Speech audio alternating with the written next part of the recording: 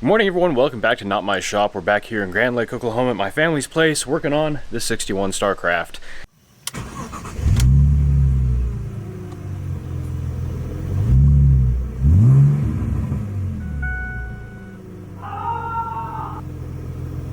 I've got a bunch of parts here in this box that I brought. Let's take a look. We got I got the old carbs in here, but I got some new carbs off eBay, the only set that was for sale. We got racing reed valves because stock ones are not available, so that's a full set of fiberglass reeds. These will actually let the engine spin faster. We've got the correct Champion copper marine spark plugs, excellent, and then a full set of gaskets to do all of this stuff. And that is going to involve taking off, well, the carb's already off, so now I got to take off the intake manifold and the carb, or the reed valve holders. Interestingly, these old carbs are extremely clean inside. Like, here's a look inside the bowl. That's fantastic. But the throttle shaft, let's see if I have it somewhere in here. There it is. Throttle shaft is completely hosed. I mean, deep grooving all around here. It's worn down about 1/2 mil.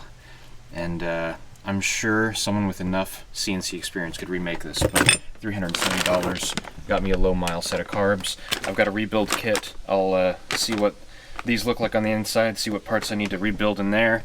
But first, the reed valves. So I'm going to yank the cover off and I'm going to see what's necessary to get the reed valve block out. And then I guess we'll go from there. Tyler is on his way, but he doesn't get here till tonight, and I'm hoping to have this thing running in the next couple hours, so we're gonna just see what we can get done. Looks like 1, 2 fuel pumps gotta come off, which is gonna be, looks like a couple flatheads. I'm not sure what these Phillips heads are. They concern me somewhat. Unfortunately, I don't have a factory service manual for this, and there is not a digital version available. I would have had to order it, and it wouldn't have gotten here in time for this anyway, so I'm going in completely blind. But I did bring more tools, so at least there's that.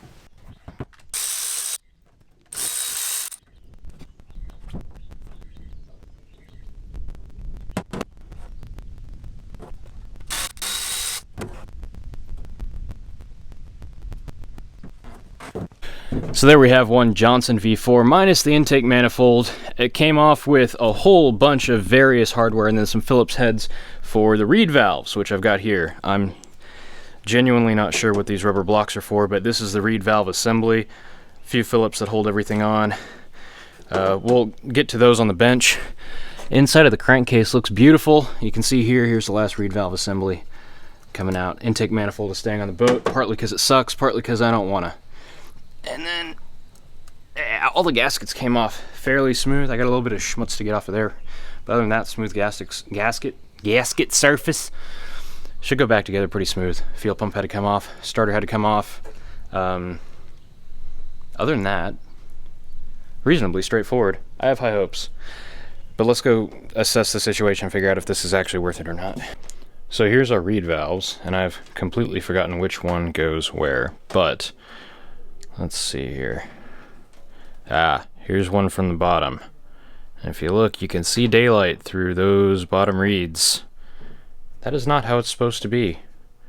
Let's see, how's this one? That one's looking good. This one is looking very bad. So these must have been the two on the bottom, because before I got these all out of order, ooh, that one's looking pretty marginal as well. So we are 3 out of 4 that are in dire need of replacement. At least I'm pretty sure that's dire.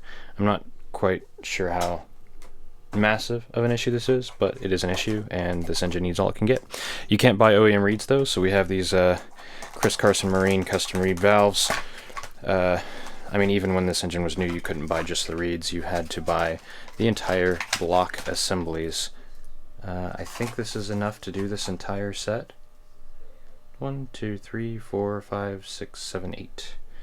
It is. So I'm going to do the worst set first to figure out how awful of a job this is. I mean, it just looks like it screws, but who knows what it takes to get these to seat properly. They are nice and smooth. Looks like these are fiberglass. Supposedly, these take the rev limit of the motor up from 5,500 to 6,500 RPM.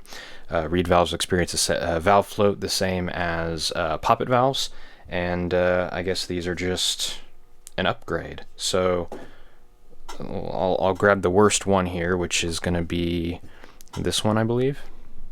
Yeah.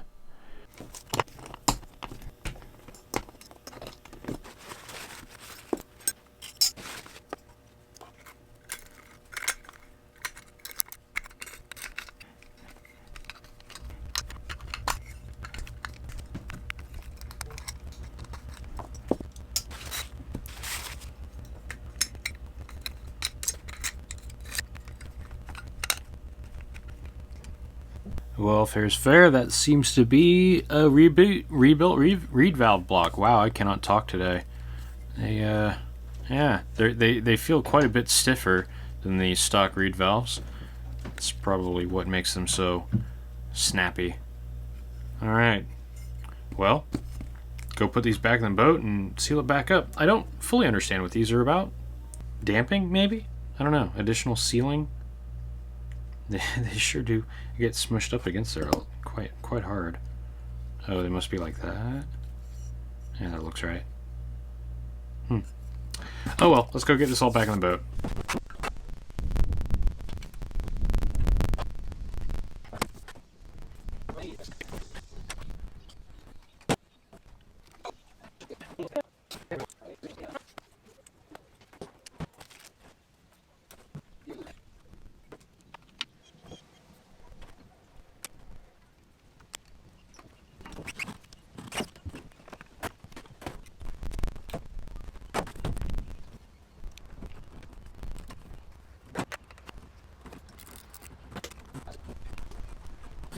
Okay, well, the reed valves are installed. I even cleaned up this little base plate here.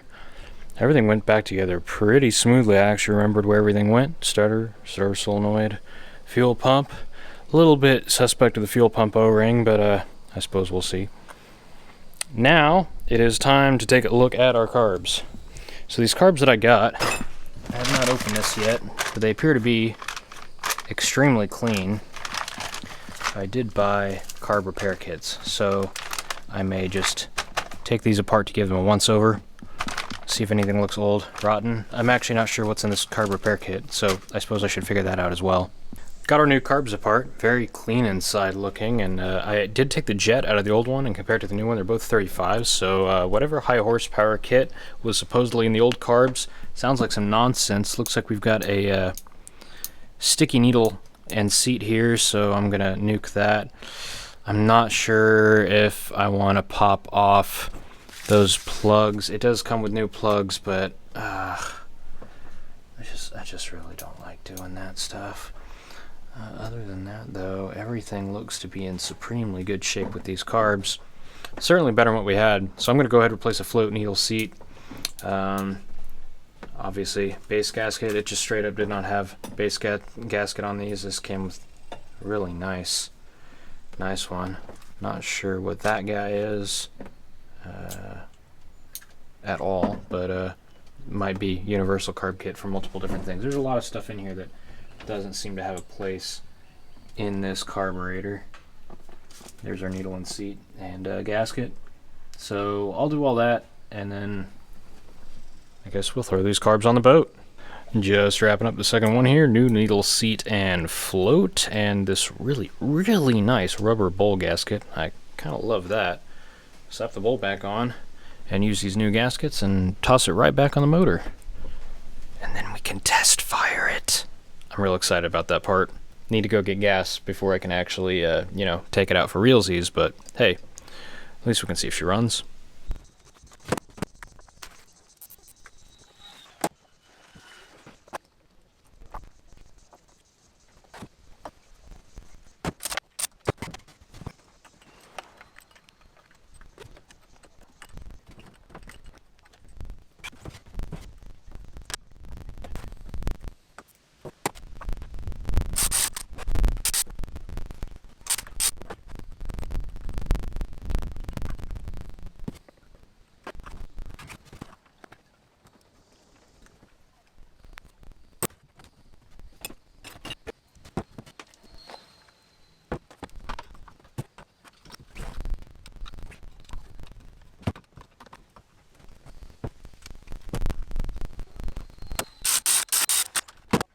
I got the throttle blades reasonably well synchronized. I think that should be decent idle.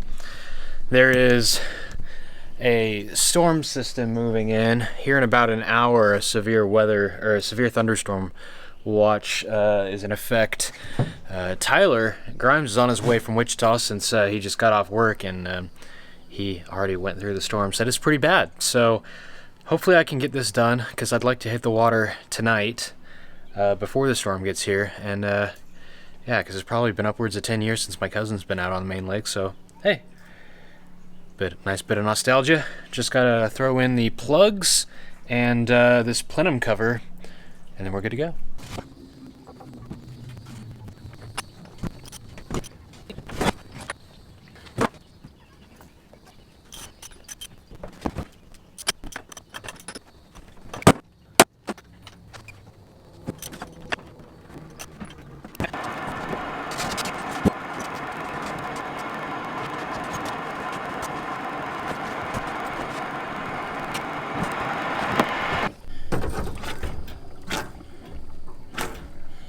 Pump up those shiny new float bowls.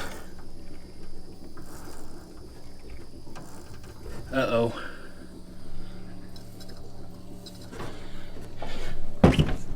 Uh-oh.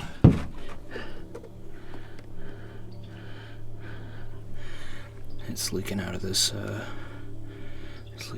line here.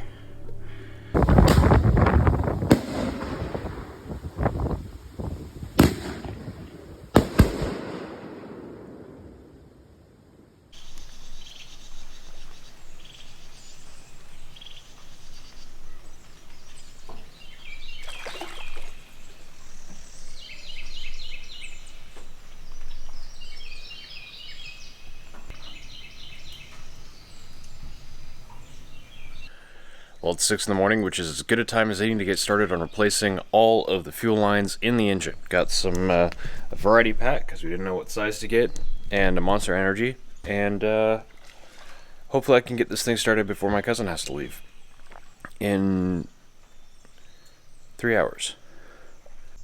Well, there we go. There is our freshly rebuilt thingy.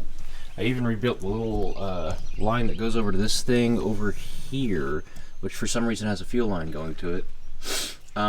If you know what this is, drop a comment, because I am completely baffled what on earth this weird solenoid with one fuel line going to it could possibly be doing. Yeah, I don't get it. Fuel lines are on. Everything's back together. I primed it. It firmed up. It's still firm. Like me. Oh yeah, absolutely bricked up. Let's see what it do. I will be.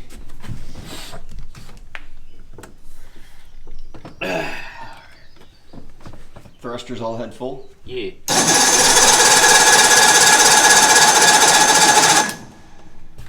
You want me to go get the jump pack? Oh? Man, that sounded way better. It does have a choke. Oh. It is that solenoid.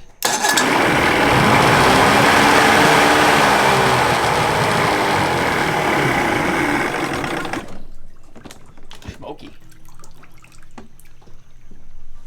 She peeing.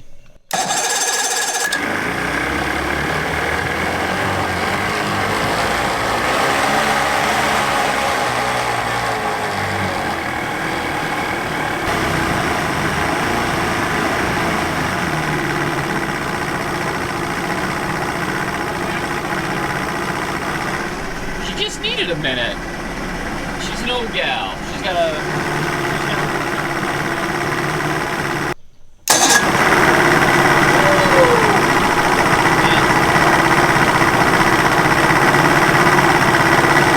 It is quite fresh. Juicy. Juicy. Absolutely. Oh, fuck. Insert other adjectives My here. energy drink. I thought something felt wet. So it's a good thing I did get this size line, huh? Yeah, dude. And it was the perfect length, too. Maybe just a tad short. Yeah. How dare you not have the... exact sizes and measurements? Yeah, the fucking premonition to get the exact right long enough size, but I made it work. So, all new fuel lines. all new battery cables, low mile, low hour carbs, rebuilt, new floats, seats, needles, cleaned out, new racing performance reed valves, which work. I didn't F that up somehow. So I'm gonna go wash my hands and see if it moves. Jake had 2-stroke luck today. Well, A stroke of luck. Oh, you look majestic there in the sun. Look at you. good morning, Tyler. Hi. Hello, Mario. There's a special category for Saturn. That's amazing. So what are we actually doing? Tell the people. This car's been having issues with the pass lock freaking out. So the conventional repair, even I think you said GM does it too, is just to bypass it with a resistor, because it's kind of a dumb system in a sense of it's not actively looking for a key resistor. It's just a magnet that trips a switch and tells the BCM, hey, you can start. Yeah, the only thing it prevents is touching two wires together to start the car. It just checks to make sure that the ignition is on. Now, what GM would do actually wasn't the resistor. They would install a toggle switch on the dashboard connected to the sense wire, because if you disconnect the sense wire while the car is running, that disables pass lock permanently until you lose battery power, and then you have to do the relearn procedure. So the toggle switch would be there, so if you lost battery power, they'd have a card in the glove box that would tell you, okay, turn on the switch, key on, wait 20 minutes until the security light stops flashing, then key off, then start the car, and then flip the toggle switch back to off. Really super simple, and not at all a absolute nightmare for owners. The resistor is a bit more elegant because it simply permanently makes the system believe that all is well. So yeah, we're right now we're testing to see if the Tech 2 has a security relearn procedure, because what we're going to have to do otherwise is like a 30-minute key on, key off, key on, key off dance that is horrid. Okay, well, failure to launch. We got it to start and run briefly, but now it absolutely is refusing to idle. And a little bit of Googling, I found a couple of things. First of all, Tyler found that I had forgotten to tighten this screw, which I doubt is an issue. And then this cable here, which controls the idle, was not letting it go back to full low idle at the stop. No idea if that was an issue or not. And then when I just pulled the plugs, that cylinder there had water on the spark plug. So head gasket's probably toast on this, but I put the compression tester on that cylinder, and we'll just do a compression test on all four. But I'm guessing that one has barely any compression. If it's low compression and water on a plug, that's probably head gasket, which is fixable. Way easy. Guess we'll see. No, you're filming this. Doing all right? No. Well, we did a compression test and we got 80, 75, 80, 85, which is marginal. Like, the numbers are low, but they're close to each other, so I don't think that's a problem. We checked spark, nice bright blue spark on all the cylinders. So a dirty idle circuit in the freshly cleaned carbs is like the only thing I can think of now. They looked pretty pristine inside though, and I'm not really sure what part of these things is the idle circuit. We have some carb cleaner, but I don't have a straw for it. The only other thing I can think, I guess there's the spark, but we can't get at the spark timing. Wait, why is it on the stop now? What did you do? I adjusted the cable. Oh. So now it definitely won't work. Yeah. So. Jake touched it, therefore. Well, no, because so the timing thing was not on the stop. It was pulled forward or pushed forward by the cable. So I adjusted the cable so it would go all the way on the stop. But when we did have it running, when I pushed it to the stop manually, the engine died instantly. So it does not like whatever that is. Also, this weird choke solenoid thing over here has a lever on it. We don't have a clue what that does. I don't even understand how the choke works, and it's not in the parts diagram. So Long lever, crunk. I don't know. This is the part where I'm running into the fact that I don't know much about boats. And You and me both, homie. yeah. It's carbs, something that I hate and have terrible luck with, and then boats, which I know nothing about. And there's a whole bunch of boat-specific stuff here that... And also two-stroke. Yeah, which I'm also struggling with at home. About. Yeah, I'm already struggling enough with my Puck two-stroke, and that's only got one jug to it, so wonderful. Need more battery. Here we go.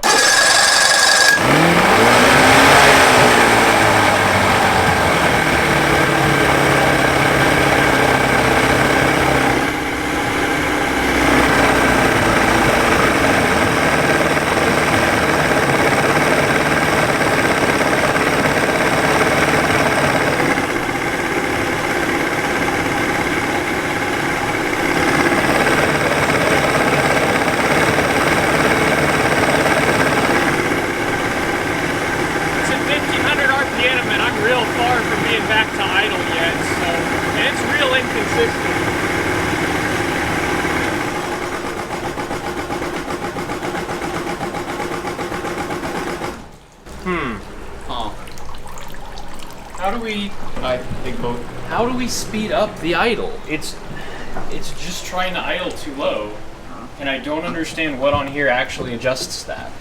This, I think. Or are these cam... I genuinely don't know. I've set the carb sync and throttle blades exactly where they're supposed to be, but I can't get it idling well enough to even check the timing to see if the timing is way off or not. I've got the timing tree. I mean, it's fairly neutral. The roller is right where it's supposed to be. It just will not do anything other than idle extremely fast. So, at this point I need to either do a leak down test, or maybe take the carbs off and clean them again. Blow some more carb cleaner through all the ports and stuff. Which might be what I do later, but first, I've got something that's less annoying to do. Maybe. More entertaining, at least. Feels more productive. Here is the Rowboat. We just drug it out of the barn over there, dumped a few gallons of water on it to clean it off, and then flipped it back right side up. And what we have for it is this thing that my uncles had hiding. 19 horse, 700 fast wind. That'll do. This thing is absolutely mint inside. I don't think this has more than 100 hours on it, he said. But we gotta get this mounted up on there, and we gotta somehow get it in the water, because we don't have anything with a trailer hitch. Here, no, it's oh yeah. this lever under here. Nope, sorry. No, it's this lever. Yeah, right yeah, here. it's there. There we go. How about that? And as someone unfamiliar with boats, I think this is really cool. The throttle advances the timing as well as opening the butterflies on the carb. Seems like boats are pretty much entirely throttled by their ignition timing, which is interesting to me. The spec for the Starcraft down there, or the Johnson on it, is here. There we go. 6 degrees, right? 4 degrees after top dead center at idle. Ah. And then it advances as you throttle up. So this thing doesn't weigh too much. We're just gonna pop it on there by hand, and then my cousin's on his way down, and hopefully between the three of us, we can just carry that thing down the ramp into the water. Yeah. Do you have water shoes? I have shoes that are wet. Cool. I'll do the bow then, because I don't have water shoes. I have flip-flops. Let's...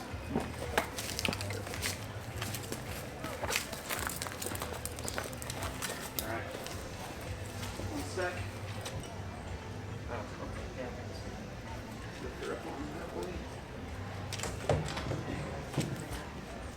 Hell yeah.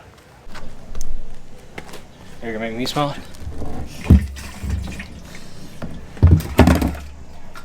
It's kind of gross. Mm. Oh yeah, no problem. See that?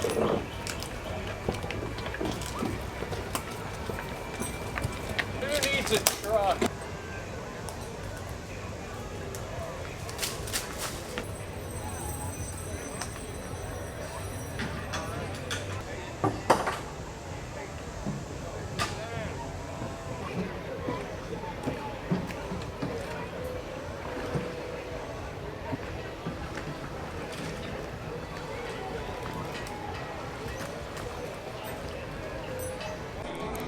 Well, isn't it a thing of beauty? Unfortunately, the fitting on the end of the fuel line was completely trashed, but fortunately, Walmart actually carries them. So let's see if this actually fits or not. Hopefully it does, because we're going to be completely out of luck if not.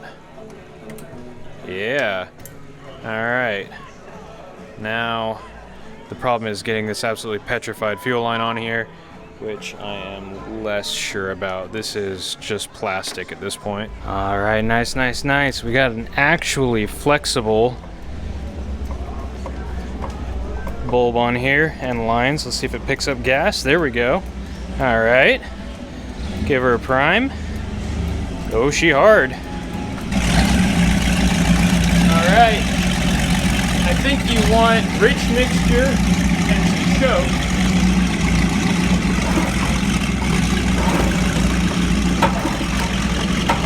Maybe we want lean mixture.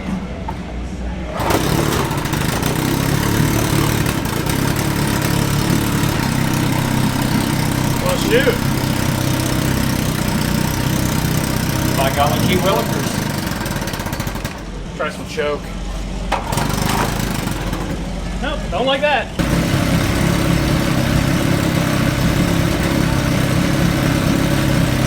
It's got motor mounts. That's adorable. Shall we see if it moves?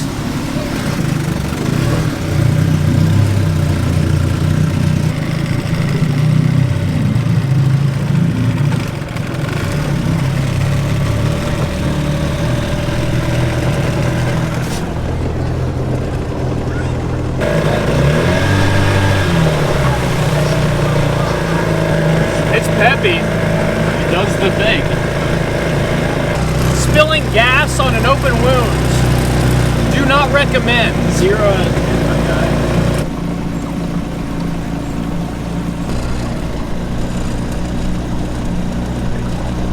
10. Needs like some foam on the cover. This is my first time driving a tiller. Uh-oh. I've never done this before. I mean, makes sense. Yeah. Left goes right, right goes left. I'm sorry, what goes where? I'm confused.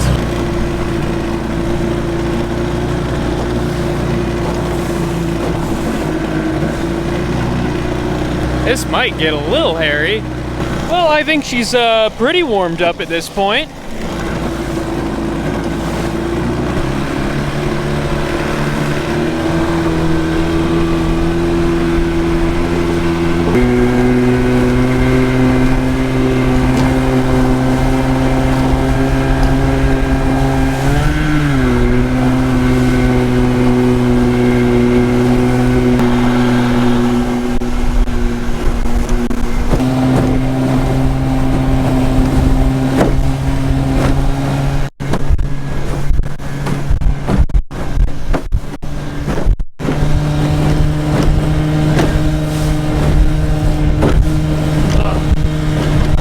I don't know if I'll be able to use any of this footage, but that was a successful test ride.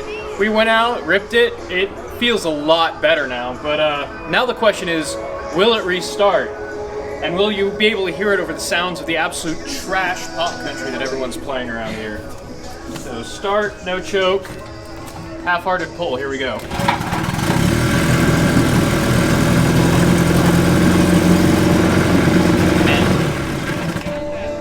So one thing I'd like to do, there's a hook here on the front of the engine cover, and the whole cover rattles quite a bit, so I'd like to get some weather stripping or something and put it in there to quiet that down. Other than that, we've also got to get some new hardware for yes. I'm not quite sure what to do about that, actually. I mean, there's no wood left. Oh, that one's coming out too, isn't it?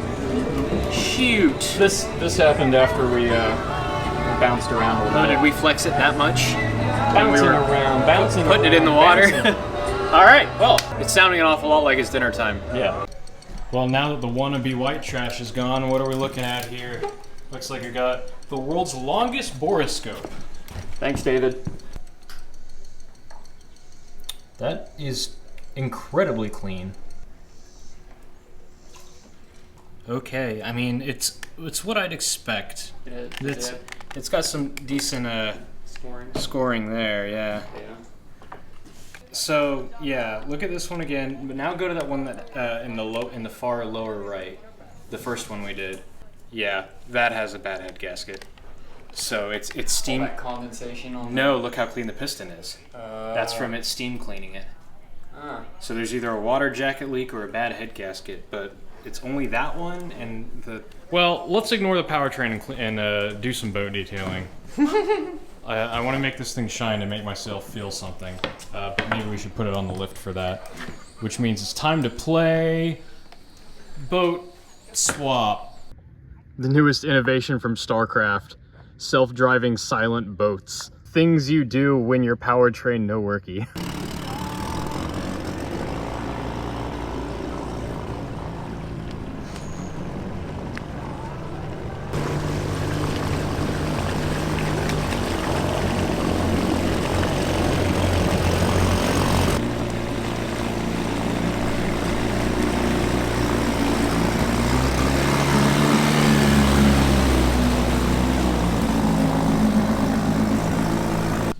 What you doing there, Jake?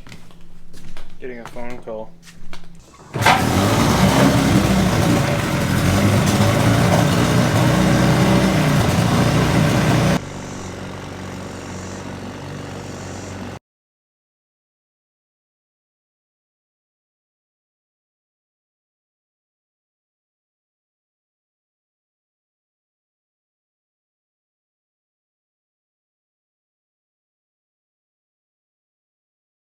We sort of made an attempt at cleaning the boat. We got the glass nice, ceramic coated. The top deck here, Tyler got that looking pretty resplendent. And then we tried just using APC on the sides here. We actually did the side facing away from the camera first. And what we realized was a lot of the color on this boat was actually oxidation. Because the paint is just kind of worn off. There's not a whole lot left on here. So we kind of only did the one side, and you can see where I kind of stopped working on the trim. I did ceramic coat all the seats using, well, exterior ceramic coating, so I think that will help with mildew. Something interesting I realized, though, as we were bemoaning the tiny 3-gallon fuel tank there in the Rowboat,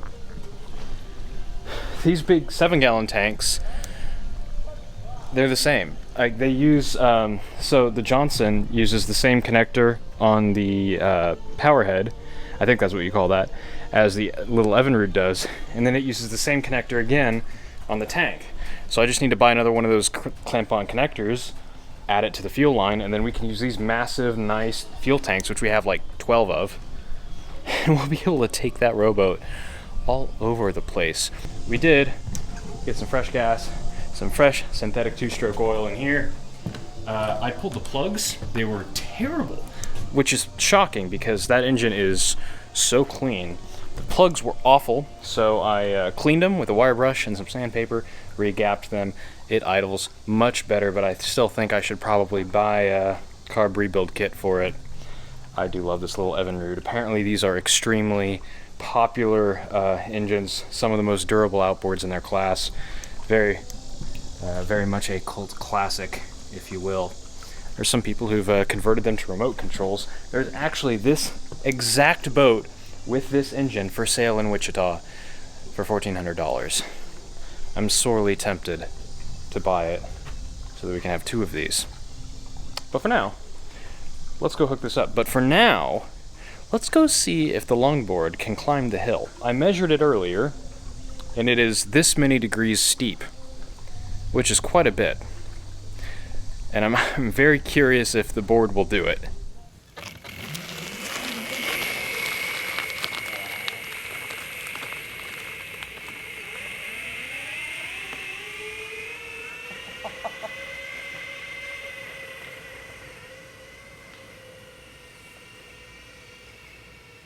That is neat.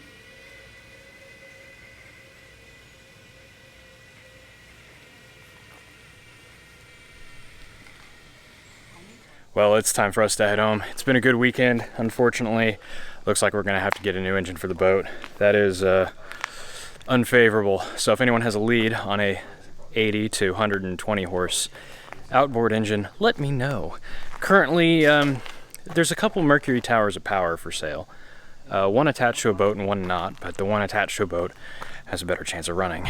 So, might be refurbishing one of those on the channel. Not sure. Thanks for watching.